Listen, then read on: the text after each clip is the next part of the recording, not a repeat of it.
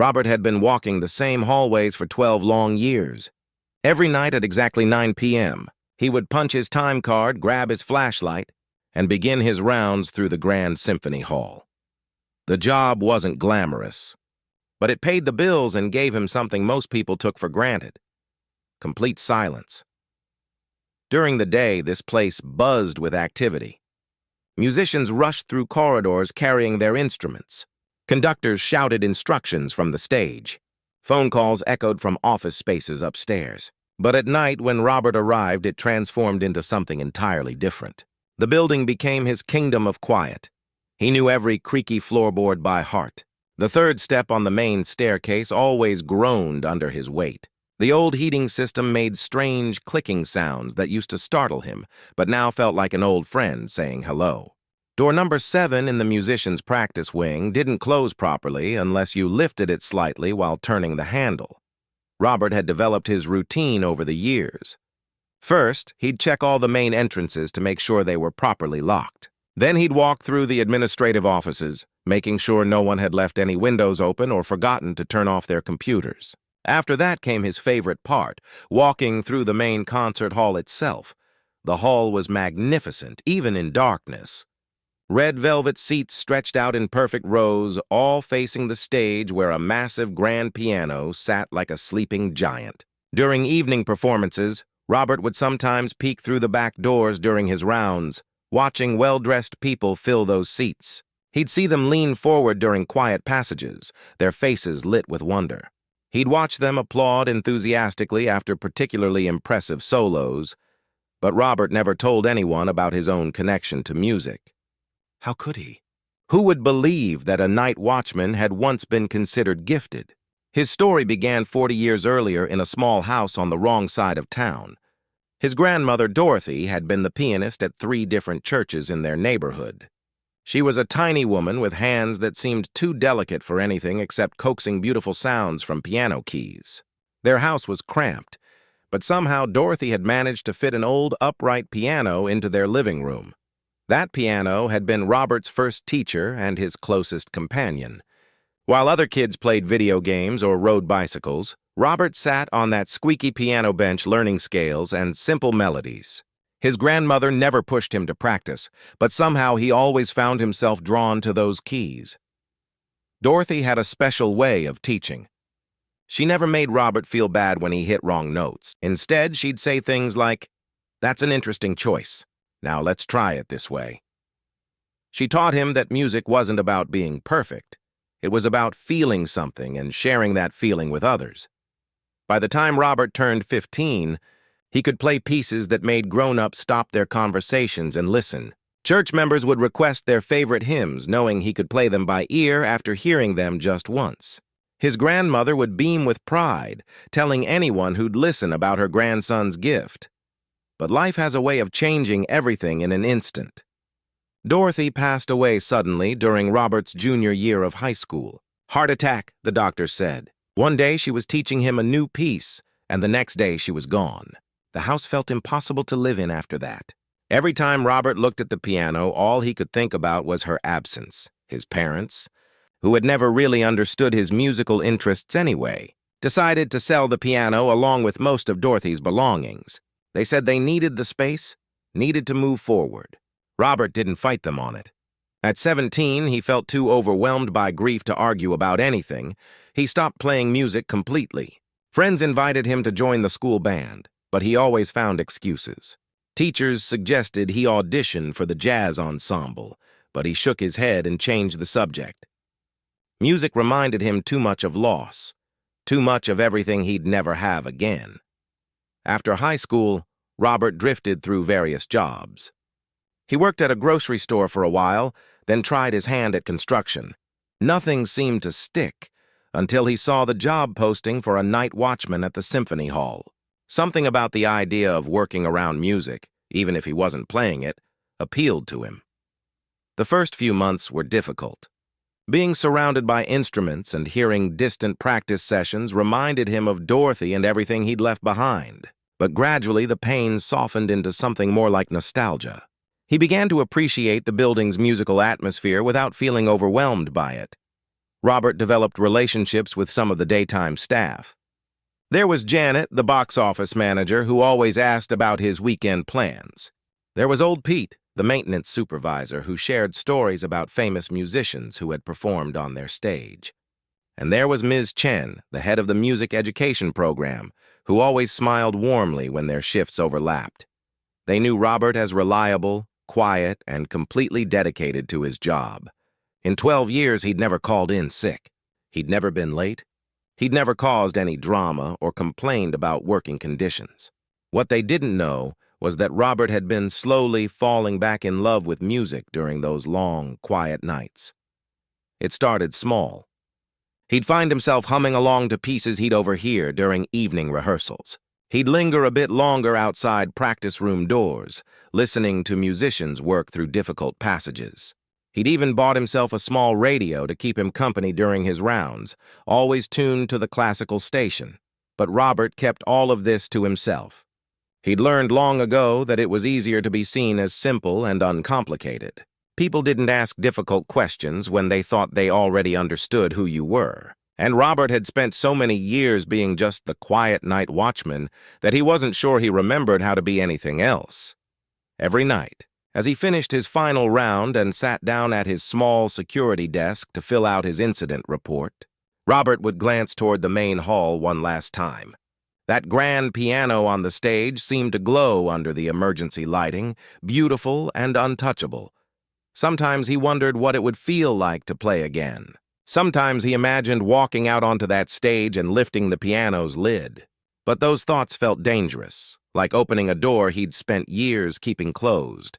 So Robert continued his routine, walking the same halls, checking the same doors, keeping the same quiet watch over a world of music that felt both familiar and impossibly distant. He had no idea that everything was about to change, or that his carefully constructed walls were about to come tumbling down in the most unexpected way possible. 6 months into his 13th year at the Symphony Hall, something inside Robert began to shift. It started on a particularly quiet Tuesday night in October. The building felt different somehow, more alive, more welcoming. The usual sounds of settling wood and humming air vents seemed softer, almost musical. Robert was making his usual rounds when he stopped outside the main concert hall. Through the heavy wooden doors, he could see the stage bathed in dim emergency lighting. That magnificent grand piano sat there as always, its black surface gleaming like still water. But tonight, instead of just glancing and moving on, Robert found himself pushing open the door. His footsteps echoed strangely in the empty space. The hall could seat nearly 2,000 people, and the silence felt enormous around him. Robert had been in this room countless times, but always as someone passing through. Now, standing in the center aisle, he felt like an intruder in a sacred space. The piano seemed to call to him. Robert knew that was silly thinking. Pianos don't call to anyone. But there was something magnetic about those keys, something that made his fingers itch with memory. He climbed the steps onto the stage, his work boots making soft thudding sounds on the polished wood. Up close, the piano was even more impressive. Robert had seen expensive instruments before, but this one was extraordinary. The fallboard was closed, protecting the keys like eyelids over sleeping eyes. A small brass plate near the music stand read, "Steinway and Sons, Hamburg." Robert knew enough about pianos to understand he was looking at something worth more than his annual salary. For several minutes, he just stood there. His rational mind told him to finish his rounds and go back to his desk, but his fingers seemed to move on their own, reaching toward the fallboard. The wood felt smooth and cool under his touch. When he lifted the lid, the keys seemed to glow in the dim light. 88 keys stretched out before him like a familiar alphabet he'd forgotten how to read. His grandmother's voice whispered in his memory, "Piano keys are like old friends, Robbie. They're always happy to see you no matter how long you've been away." Robert's index finger trembled as he pressed middle C. The sound that emerged was pure and clear, filling the entire hall with its resonance. The note seemed to hang in the air forever before slowly fading into silence. It was the first piano key Robert had touched in 26 years. The sound unlocked something inside him that he'd kept carefully buried. Suddenly, his hands remembered patterns they'd learned decades ago. Without thinking, he played a simple C major scale. The muscle memory was still there, sleeping, but not dead. His fingers felt stiff and uncertain, but they found their way across the keys, like they were remembering an old dance. That first night, Robert only stayed for a few minutes. The overwhelming rush of emotions was too much to handle. He closed the piano lid carefully, finished his rounds, and spent the rest of his shift trying to process what had happened. But something fundamental had changed. The door he'd kept locked in his heart had opened just a crack, and he knew he wouldn't be able to close it again. The next night, Robert found himself drawn back to the stage. This time, he stayed a little longer. He played simple scales and basic chord progressions, marveling at how the expensive instrument responded to his touch. Every note was crystal clear. Every subtle pressure change in his fingers translated into beautiful sound. Within a week, Robert had developed a new routine. He'd complete his security rounds quickly, making sure everything was locked and secure. Then he'd return to the concert hall for what he started calling his practice time. He told himself it was harmless. He wasn't hurting anything, and no one would ever know. The piano seemed to welcome him back gradually. At first, his fingers felt clumsy and uncertain. Simple melodies that he'd once played effortlessly now required concentration and patience. But slowly, night by night, his hands began to remember what they'd once known. Robert started with pieces his grandmother had taught him. Für Elise came back first, note by note, phrase by phrase. Then Moonlight Sonata, which had been one of his favorites as a teenager. The muscle memory was remarkable. Sometimes his fingers would find the right keys even when his mind couldn't remember what came next. As the weeks passed, Robert grew bolder. He'd arrive at the hall carrying small notebooks where he'd written down pieces he remembered hearing during evening concerts. If he couldn't remember a particular passage, he'd hum it to himself until his fingers found the right combination of keys. The symphony hall had excellent acoustics, and Robert discovered that playing alone on that stage was an incredible experience. Every note seemed to expand and breathe in the space. Soft passages felt intimate and personal. Dramatic sections filled the entire hall with power. Robert began to understand why professional musicians spoke about performing in great halls with such reverence. During his dinner breaks, Robert started visiting the music library upstairs. The librarian, Mrs. Rodriguez, had always been friendly, and she was happy to help him find scores. Robert told her he was curious about classical music and wanted to learn more about what the orchestra performed. It wasn't entirely a lie. Soon, Robert was studying sheet music during his breaks, tracing through pieces with his finger and hearing them in his mind. Then he'd go downstairs and try to play what he'd studied. It was like learning a language he'd once been fluent in, but had forgotten from lack of use. The most challenging part was dealing with the emotions that music brought back.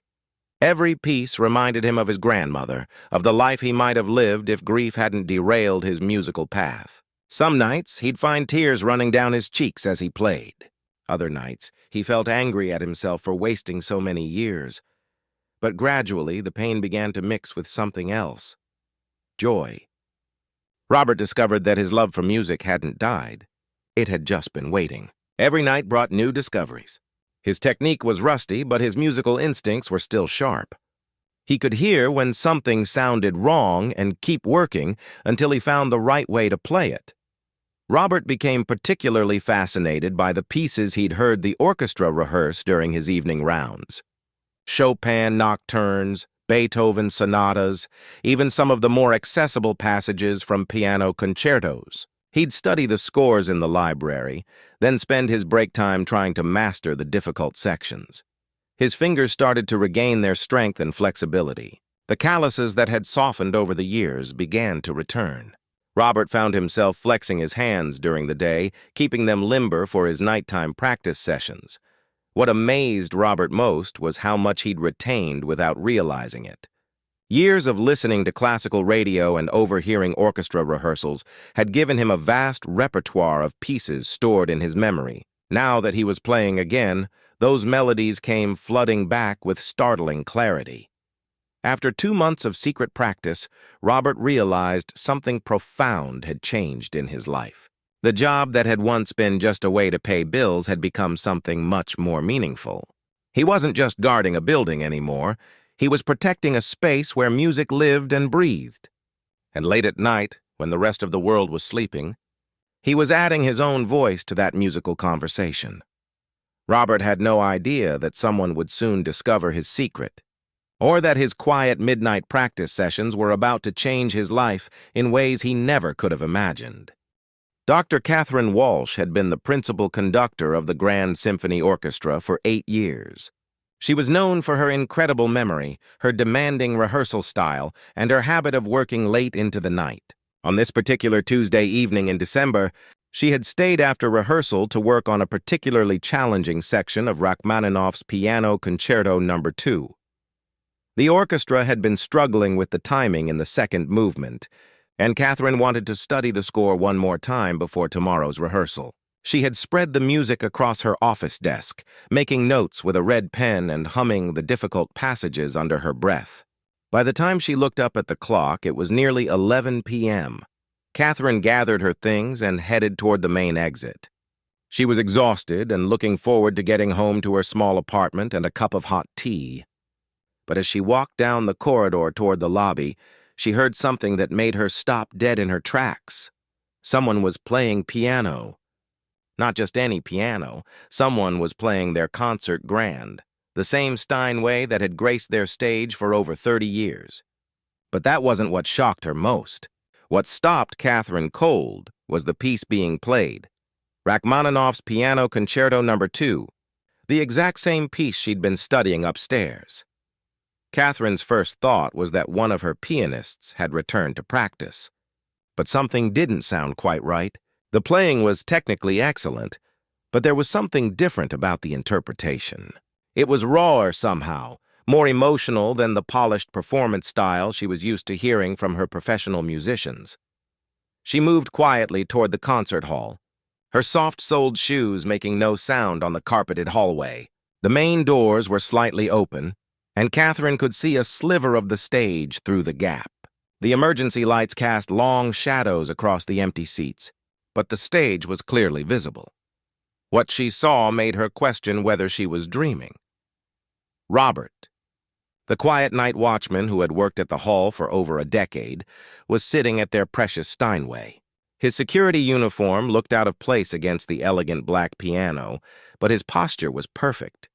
His hands moved across the keys with a confidence and skill that Catherine had only seen in trained professionals. Catherine had exchanged maybe 50 words with Robert in all the years they'd worked in the same building. She knew he was reliable and polite, always nodding respectfully when their paths crossed during shift changes. She knew he drank black coffee from a thermos and carried his lunch in a brown paper bag. But she had never imagined anything like this. The piece Robert was playing was incredibly difficult. Rachmaninoff had written it for his own massive hands, and even professional pianists found it challenging. Yet Robert was navigating the complex passages with remarkable skill. His interpretation was deeply personal, filled with an emotional intensity that gave Catherine goosebumps. She stood frozen in the doorway, afraid to move or breathe too loudly. This felt like witnessing something sacred, something never meant for an audience. Robert played with his eyes closed, completely absorbed in the music. His whole body swayed slightly with the melody, as if the music was flowing through him rather than from him. Catherine was trained to analyze musical performances. It was her job to notice every technical detail, every slight timing issue, every missed note. But as she listened to Robert play, her analytical mind went quiet. This wasn't a performance to be critiqued. It was music in its purest form, played for the simple joy of making beautiful sounds. The second movement of the concerto was particularly challenging, requiring both technical precision and emotional depth. Catherine had heard it performed by world-class pianists, but Robert's interpretation had something special. There was a vulnerability in his playing, a sense of someone pouring their heart out through the keys. As the piece continued, Catherine found herself getting lost in the music. She forgot about her exhaustion, forgot about the late hour, forgot about everything except the beautiful sounds filling the empty hall. Robert's playing transported her back to why she had fallen in love with music in the first place, before it became her career, before it became complicated by egos and politics and commercial pressures. When Robert reached the dramatic climax of the second movement, Catherine felt tears forming in her eyes. The music was so powerful, so emotionally honest, that it was impossible not to be moved. She realized she was witnessing something extraordinary, not just excellent piano playing, but a human being expressing their deepest emotions through music. The piece concluded with the gentle, reflective ending that Rachmaninoff had written. Robert's hands slowed, playing the final notes with incredible tenderness. When the last note faded into silence, he sat perfectly still for a long moment, his hands resting on the keys as if he couldn't bear to let go. Catherine didn't know what to do. Part of her wanted to slip away quietly and pretend she had never witnessed this intimate moment. But another part of her, the part that recognized extraordinary musical talent when she heard it, couldn't stay silent. She cleared her throat softly and stepped into the hall. Robert's reaction was immediate and heartbreaking. His head snapped up, his face went pale, and his hands flew away from the keys as if they had been burned. He stood up so quickly that the piano bench scraped loudly against the stage floor. "I'm sorry," Robert said, his voice shaking. "I'm so sorry. I know I shouldn't be here. I know I shouldn't be touching the piano. I'll leave right now. Please don't report this." The fear in his voice made Catherine's heart ache. This man who had just created such beautiful music was terrified that he was in trouble. She walked slowly down the center aisle, keeping her hands visible and her movements calm, like someone approaching a frightened animal. "Robert," she said gently, "please don't apologize. That was incredible. I had no idea you could play like that." Robert looked confused, as if he couldn't believe she wasn't angry. "You're not going to fire me?" "Fire you?" Catherine reached the front of the hall and looked up at him on the stage. "Robert, what you just played was one of the most beautiful performances of that piece I've ever heard. Where did you learn to play like that?" For a moment, Robert looked like he might run away. His eyes darted toward the stage exit, and Catherine could see him calculating whether he could escape this conversation. But then something in his expression shifted. Maybe it was exhaustion, or maybe it was relief at finally being discovered, but his shoulders sagged and he sat back down on the piano bench. "My grandmother taught me," he said quietly, "a long time ago." Catherine climbed the steps onto the stage. Up close, she could see the emotion still written on Robert's face. His hands were trembling slightly, and she realized how vulnerable he must feel right now. "Your grandmother must have been an incredible teacher," Catherine said. "That piece you just played, it's not easy, even for professional pianists." Robert looked down at the keys. "I've been practicing here at night. I know I shouldn't have, but I couldn't help myself. When I heard the orchestra rehearsing this piece last week, I had to try playing it myself." "How long have you been playing our piano?" Catherine asked. "About 3 months," Robert admitted. "I always finish my security rounds first. I never let it interfere with my job." Catherine was quiet for a moment, processing what she had just learned. Then she asked the question that would change everything. "Robert, would you mind playing something else for me?" He looked up at her with surprise. "You want me to keep playing?" "If you don't mind," Catherine said, settling into one of the chairs they kept on stage for soloists. "I have a feeling this isn't the only piece you know." 3 weeks later, Robert stood in front of his bathroom mirror, adjusting a bow tie that felt like it was trying to strangle him. The formal concert attire had been provided by the orchestra's costume department, and while everything fit properly, Robert felt like he was wearing someone else's life. His hands were shaking as he fumbled with the tie. In 2 hours, he would walk onto the stage of the Grand Symphony Hall, not as the night watchman, but as a featured soloist performing with a full orchestra. The thought made his stomach flip in ways that no amount of deep breathing seemed to help. The past 3 weeks had been a whirlwind of activity that still felt unreal. After wrestling with Dr. Walsh's offer for 2 sleepless nights, Robert had finally said yes. The decision came when he remembered something his grandmother used to say, Fear is just excitement wearing a disguise, Robbie. When you feel scared about something good, that means it's worth doing. The orchestra members had been skeptical at first, just as Dr. Walsh had predicted. Robert would never forget that first rehearsal when he walked into the practice room wearing his security uniform and carrying his thermos of coffee. The musicians, people with degrees from prestigious music schools and years of professional experience, looked at him like he was lost. But Dr. Walsh had been right about something else, too. Once they heard him play, their skepticism transformed into something much more supportive. Robert had chosen to perform Chopin's Piano Concerto No. 1, a piece his grandmother had taught him years ago, and one he had been perfecting during his midnight practice sessions. The first time he played through the opening movement with the orchestra, something magical happened. The music came alive in a way that solo practice could never achieve. Having the strings, winds, and brass supporting and responding to his playing created a conversation between him and the other musicians that felt both thrilling and natural. Victor, the principal violinist who had initially been the most doubtful about working with an amateur, became one of Robert's strongest supporters. "You play like someone who truly understands what Chopin was trying to say," he told Robert after their second rehearsal. "That's rarer than perfect technique." The community outreach concert was designed to introduce classical music to children from schools that couldn't afford arts programs. 500 kids from ages 8 to 16 would be in the audience, many of them hearing a live orchestra for the first time. Dr. Walsh had specifically chosen this concert for Robert's debut because she believed the young audience would appreciate his authentic, unpolished approach to music. Now, standing in his dressing room an hour before the concert, Robert tried to calm his racing heart by thinking about those kids. He remembered being their age, sitting in his grandmother's living room while she explained how music could tell stories without words, how it could make people feel less alone in the world. There was a soft knock on his dressing room door. "5 minutes until we start," called Janet, the stage manager who had become unexpectedly supportive of this unusual addition to their program. Robert took one last look in the mirror. The man staring back at him looked unfamiliar, formal, professional, like someone who belonged on a concert stage.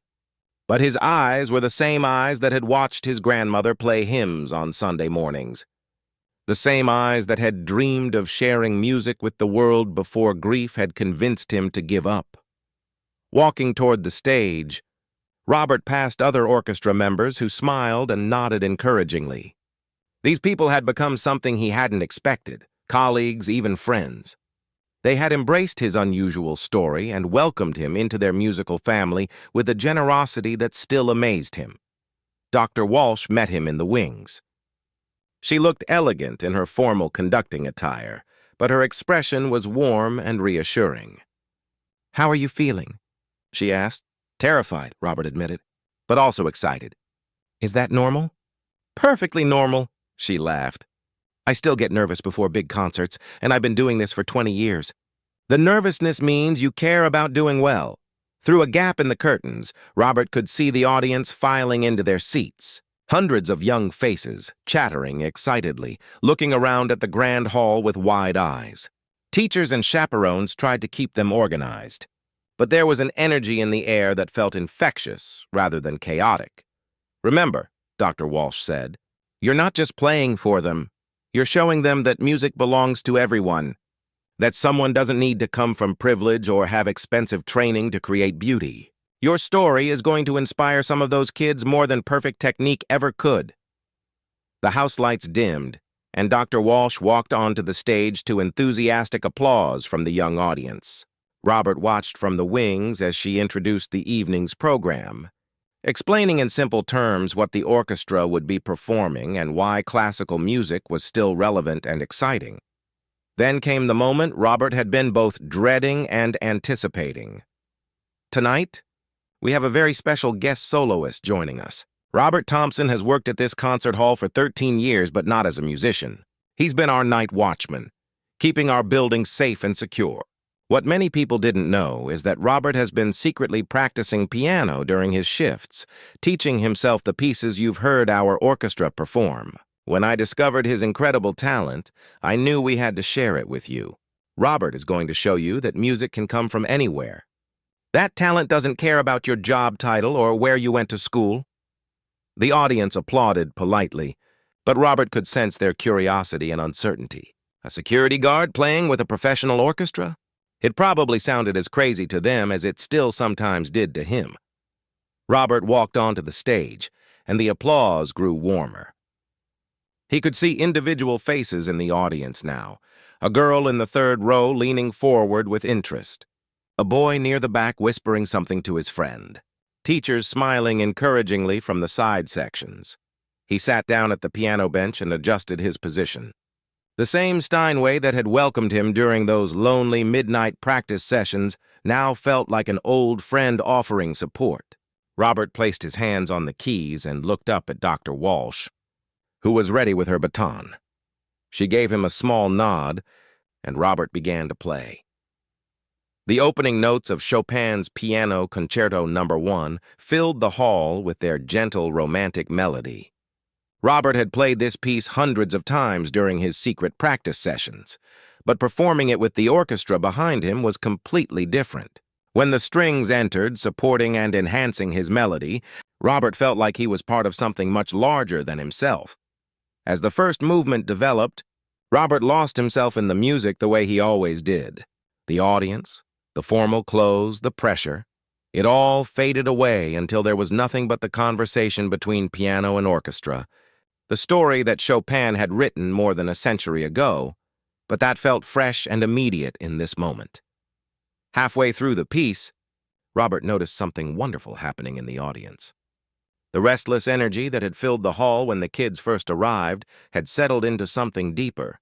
They were listening, really listening, leaning forward in their seats, following the musical dialogue between piano and orchestra with rapt attention. When Robert reached the dramatic climax of the first movement, he played with all the emotion he had kept buried for so many years. This was for his grandmother, who had believed in his gift when no one else saw it. This was for all the nights he had walked these halls dreaming of something more. This was for every person who had ever felt like their talents were too small or too late to matter. The next morning, Robert couldn't concentrate on anything. He had barely slept after his encounter with Dr. Walsh the night before. She had asked him to play 3 more pieces, and somehow he had managed to get through them despite his shaking hands. She had listened intently, asking questions about his musical background and his grandmother's teaching methods. When their conversation finally ended around midnight, Dr. Walsh had done something completely unexpected. She had thanked him for sharing his music with her and asked if they could meet again the following evening to talk more. Robert had agreed, though he spent the entire next day wondering if he had made a terrible mistake. Work felt surreal. Robert went through his usual routine, checking locks, walking corridors, filling out reports. But his mind kept drifting back to the conversation on the stage. Dr. Walsh hadn't seemed angry or disappointed. If anything, she had seemed excited, almost amazed. But Robert had learned not to trust his first impressions of how people reacted to unexpected situations. That evening, Dr. Walsh was waiting for him in the concert hall when he arrived for his shift. She had brought 2 cups of coffee and a folder full of sheet music. Robert's heart started racing as soon as he saw her. "I hope you don't mind," she said, standing up from one of the front row seats. "I wanted to continue our conversation from last night. I've been thinking about what you told me, and I have some questions." Robert nodded, though he felt like his throat was closing up. He had spent all day preparing for this conversation, but now that it was happening, he couldn't remember any of the things he had planned to say. Dr. Walsh seemed to understand his nervousness. She spoke gently, asking about his grandmother's musical background and how long he had studied piano as a child. Gradually, Robert began to relax. Talking about his grandmother was easier than talking about himself. "Dorothy played at 3 different churches," Robert explained. "She never had formal training, but she could play anything by ear. She said music was like having a conversation with God." Dr. Walsh smiled at that. "She sounds like she was a wonderful teacher. The way you play, there's something so natural about it, so unforced. That's rare, even among professional musicians." Robert felt a warmth spreading through his chest. No one had talked to him about music like this since his grandmother died. She always said the most important thing was to feel what you were playing. Technique would come later, but if you couldn't feel the music, there was no point in playing it at all. She was absolutely right, Dr. Walsh said. I've worked with pianists who have perfect technique but no soul. What you have is much more valuable than perfect fingering or precise timing. Over the next hour, Dr. Walsh asked Robert to play several pieces. She listened carefully, occasionally making suggestions or asking him to try a passage with different phrasing. To Robert's amazement, she treated him like a real musician, not just a security guard who happened to play piano. "Robert," she said finally, "I need to tell you something. Our regular pianist, David Chen, injured his wrist last week. He'll be fine, but he's going to be out for at least 6 weeks. We have a community outreach concert coming up next month. It's a special performance for kids from local schools who might never otherwise hear classical music."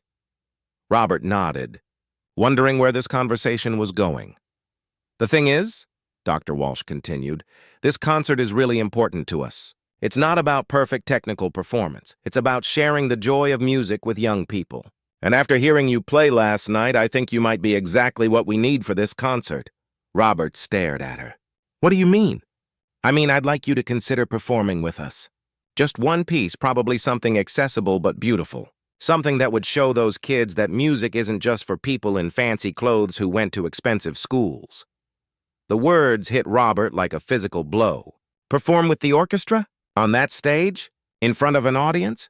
The idea was so far beyond anything he had ever imagined that he couldn't even process it properly. "I can't do that," he said immediately. "I'm not a real pianist. I don't have any training. I don't even own a suit." Dr. Walsh held up her hand. "Robert, listen to me. Last night you played Rachmaninoff's Piano Concerto No. 2 better than some professionals I've heard. You have natural musicality that can't be taught. As for training and suits, those are just details we can work out." Robert's mind was racing. Part of him felt terrified by the suggestion, but another part, the part that still remembered his grandmother's encouragement, felt a flutter of excitement. "What would I have to do?" "Well, first you'd need to choose a piece. Something you feel confident playing, something that showcases your strengths. Then we'd need to arrange some rehearsal time with the orchestra. And yes, we'd need to get you some appropriate concert clothes." The practical concerns felt less scary than the emotional ones. "What if I mess up? What if I forget the music in the middle of a piece?" Dr. Walsh laughed. "Robert, every musician has those fears. Even professionals with decades of experience worry about memory slips and wrong notes. The secret is that the audience is usually so caught up in the music that they don't notice small mistakes. And besides, this is a concert for children. They're going to be amazed just hearing a full orchestra, regardless of whether everything is note perfect." They talked for another hour, discussing possible pieces and logistics.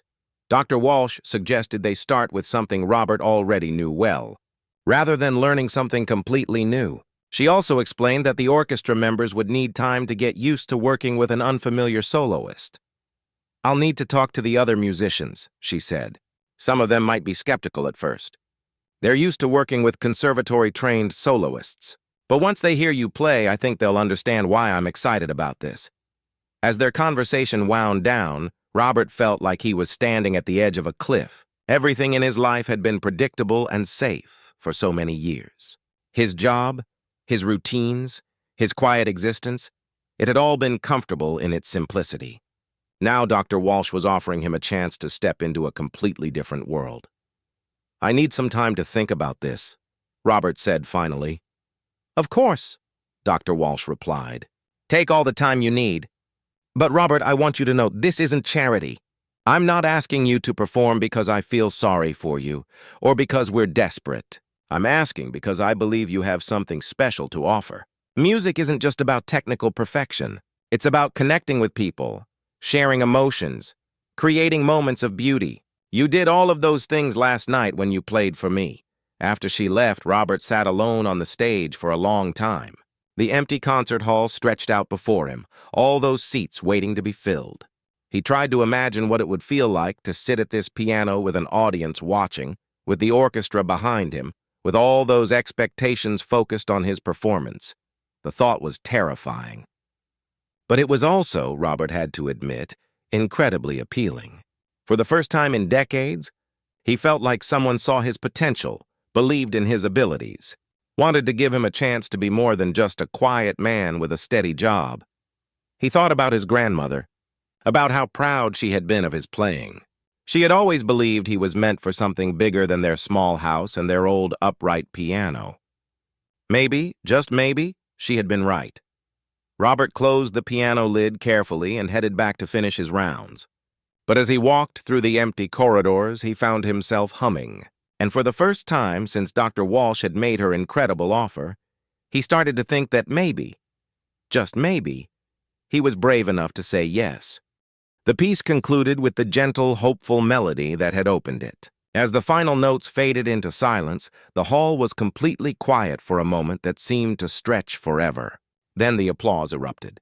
500 young people leaped to their feet, clapping and cheering with an enthusiasm that professional audiences rarely showed. Robert saw tears in some of the teachers' eyes, saw kids nudging each other and pointing at the stage with amazement. As Robert stood to acknowledge the applause, he felt something shift inside him that he knew would never shift back. He wasn't just a night watchman anymore. He wasn't just someone who had given up on music decades ago. He was a musician, sharing his gift with the world, proving that it's never too late to reclaim the dreams you thought you had lost. Later, after the concert ended and the audience filed out, several young people approached the stage to talk to Robert. They wanted to know how he had learned to play, whether they could learn too, whether it was really possible to become a musician even if you didn't start young or have lots of money. Robert answered their questions with patience and enthusiasm, remembering what his grandmother had taught him about the power of music to connect people and create hope. As he talked to these eager young faces, he realized that Dr. Walsh had been right about something important. His story would inspire them more than perfect technique ever could. 6 months later, Robert still worked as the night watchman at the Grand Symphony Hall. But now he also performed with the orchestra regularly, and he had started teaching piano lessons to kids from the same schools that had attended that first concert. The quiet man who had once hidden his talents in the darkness had become a bridge between the professional music world and the community it served. And late at night, when he made his security rounds through the empty building, Robert would sometimes stop by the concert hall and remember that magical evening when everything changed. The piano would be waiting there in the darkness, ready for their next midnight conversation, ready to remind him that dreams delayed are not dreams denied. They're just dreams waiting for the right moment to come true.